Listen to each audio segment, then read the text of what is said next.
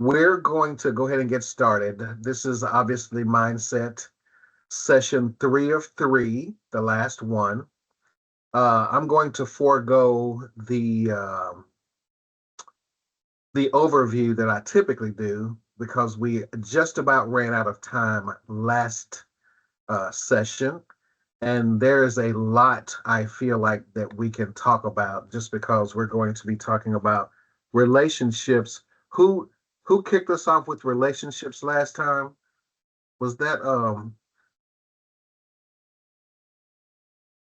yes, somebody that said that they had a spouse that was not didn't have the same mindset? I see that smile. Yeah, that was the very first one. I said, now I know why I left my first husband. He was a fixed mindset. And then you read this chapter on relationships. I'm sitting there going, yeah. it was Yeah, a it was an interesting chapter to read and relate to my relationships, and then the next chapter to my children's relationships.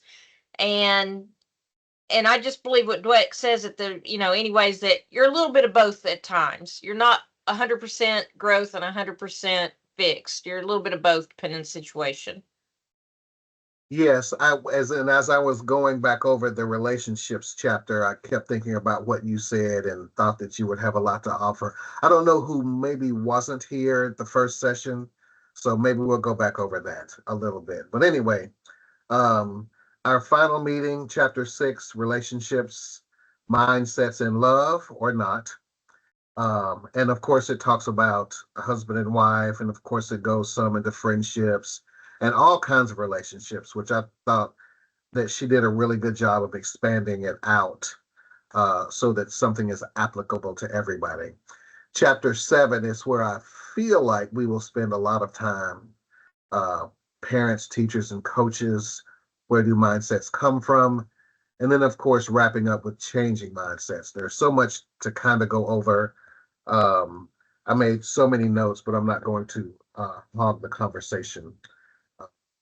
So anyway, let's move into chapter 6, relationships, mindsets in love or not.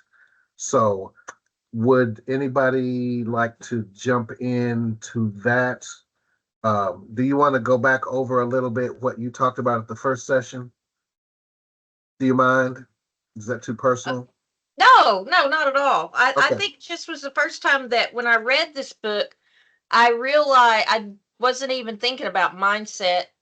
And it's been almost 30 years since I divorced my first husband. But he really did have a fixed mindset. And I did not realize that probably had to do with a lot of the conflict we had in our relationship. And when you go through the relationship chapter, some of those examples she was giving, like my ex-husband, he was in the men's society, he was super bright, got his PhD, when he was like 25 or something like that. um and at the time, I kind of thought, well, he's really a mama's boy and I'm just becoming his new mama. But but it really was between the fixed mindset and the growth mindset, that he was great at everything he did, work wise and school wise. But as far as our relationship, he didn't want to work on it. He didn't want to try. He didn't want to discuss.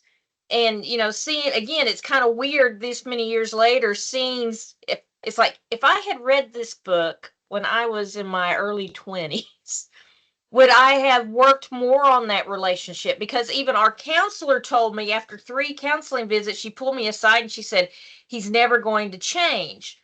And I've been thinking, if I had been able to identify that he had more of a fixed mindset and I was more of a growth mindset, and her as a counselor, even at that time, trying to maybe have some of those conversations, that could things have turned out differently. So at the beginning, the first meeting we had, I told you guys, I said, I almost want to call my ex husband up and go, hey, do you know you have a fixed mindset? But no, I'm not going to do that. So if I'm hearing you correctly, if either one of you or both of you or you specifically had read this or known about it, it would have been different and maybe you wouldn't have gotten divorced. if you I understood. maybe I think also that I'm a much more mature adult now, of course, because I'm an old person. But with him, he really had a hard time listening. He had a hard time admitting that he might not be perfect and know it all. And at one time, I think, I admired that, to be so certain about things. And it just really got to the point where I could not live with that person. So it was stifling me with my growth mindset and the things I wanted to do. And and it's so funny, one of the biggest caveats he said to me, because I was a stay-at-home mom at that time, he said, well, you could go be a teacher and have the summers off with the kids. Okay, so 35 years later, it comes true, but the kids are grown and now I have grandkids. But it's just, I don't, I would like to think, even at that time, if I wasn't as mature and as well lived life as I am now, would I have wanted to try harder? And I just can't answer that. I would like, I tried. And the thing is, that fixed mindset is to this day has affected the relationship with our children that he has with our children and our grandchildren. And they didn't do anything for Christmas. He has not seen either one of our kids or any of their grandchildren since something, it probably was my dad's funeral. Wow. Yeah, so I think I made the right decision. Yeah, and of course, there's a subsection called "Can this marriage be saved?" right before the partner is enemy. So Yes. I bet there was a lot of resonating. Anybody else have relational?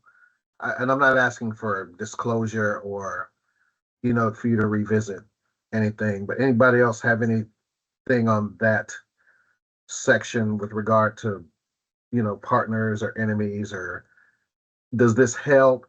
Um, yeah,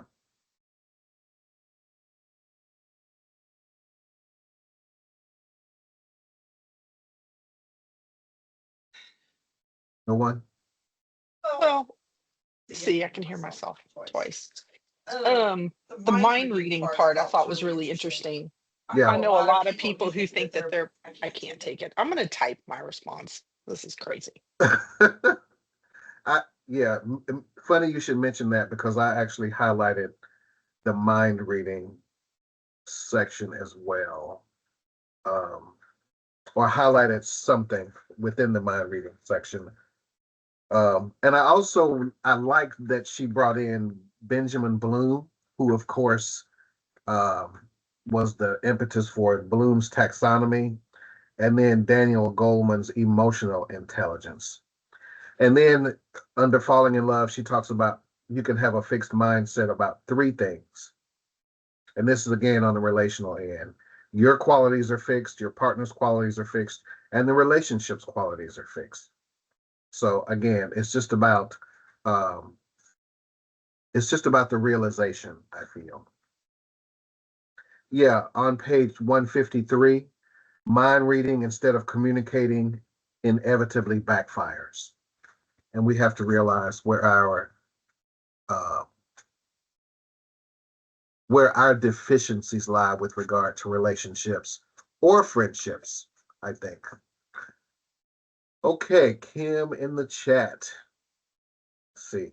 I know people who have expected their partners to just know what they want because they are in love, all caps. I'm generally like, no, that's not how it works. I'm pretty upfront about everything. No one has to guess, including Tom. Who's Tom? The man. Oh, the man is informed. Um, I'm going to throw out a question, and I don't mean anything by it. Is this a nope? I'm not going to do it. I'm just wondering if there is a certain type of person that expects their minds to be read, um, a certain type of personality. I'll put it like that.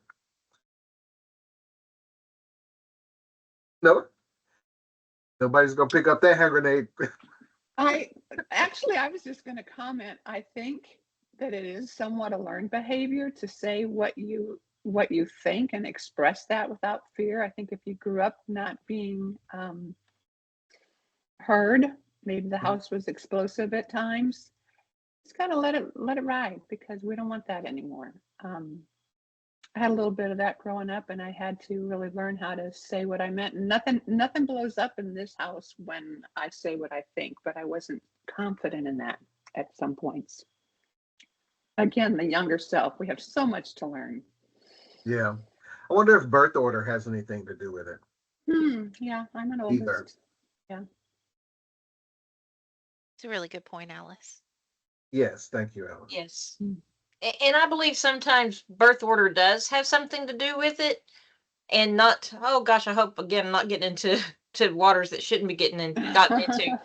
But whether you're It's the female or last session. male, yeah, I'm always very much of when somebody says something, I go, yeah, I'm kind of bossy. I'm the oldest and the only girl.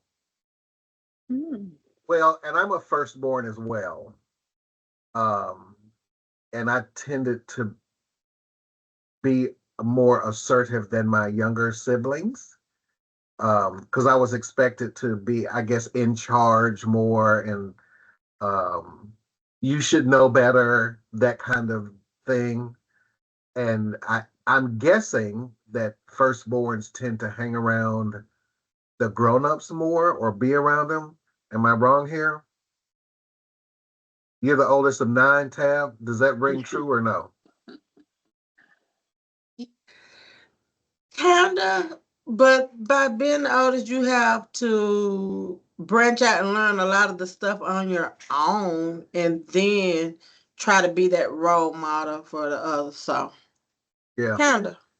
And you don't want to pigeonhole people either, which is, I wrote a note on page 156 when they were talking about flaws. The second big difficulty with the fixed mindset is the belief that problems are a sign of flaws. And we don't allow people to change sometimes either, in any relationship. Oh, they're like that, or they'll always be like that, or whatever. So, anyway, anything else on that section? If not, it talks about friendship, shyness, bullies, which I'm sure we have all had some um, relationship to or relationship with. But we can move right out of that because there's some things at the end that I definitely want to get to. Okay.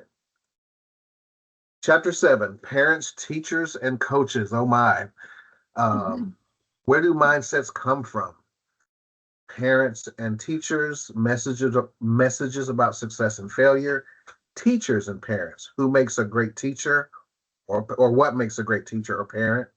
And then, of course, it goes into coaching, false growth, and our legacy. Tracy?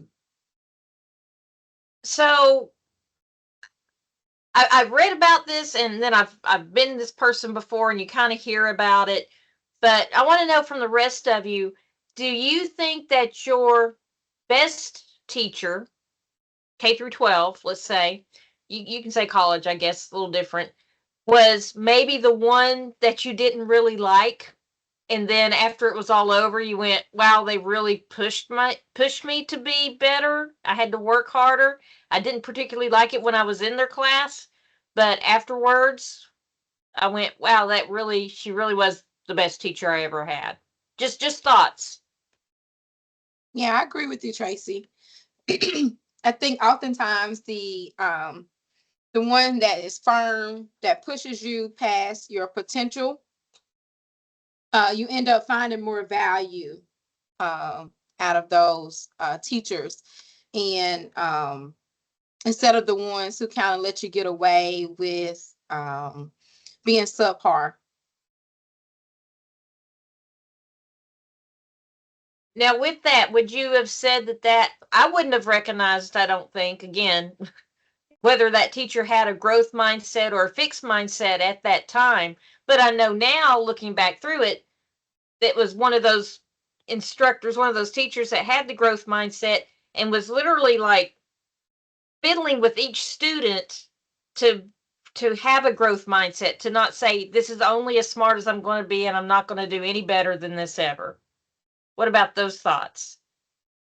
Yes, I think so. I think when it came to teachers and coaches, um, K through 12, even in college, I think the ones who took the extra mile or the extra step to ensure success, I didn't know it was growth mindset and fixed mindset set back then. But as I'm looking back and reflecting, I find out that those teachers or coaches were more empowering and wanted you to be successful. So they took the extra step. So it was more than just a paycheck for them. Um, and so, and as I look back, those were my favorite teachers, the ones that went the extra mile and who was more personable.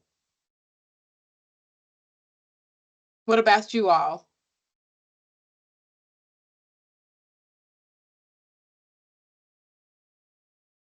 Yeah, I was looking at what Kim said in the chat. I love this. My high school students report a certain level of misery, but later they are grateful. So Kim Carter would have been my Miss Pratt in English.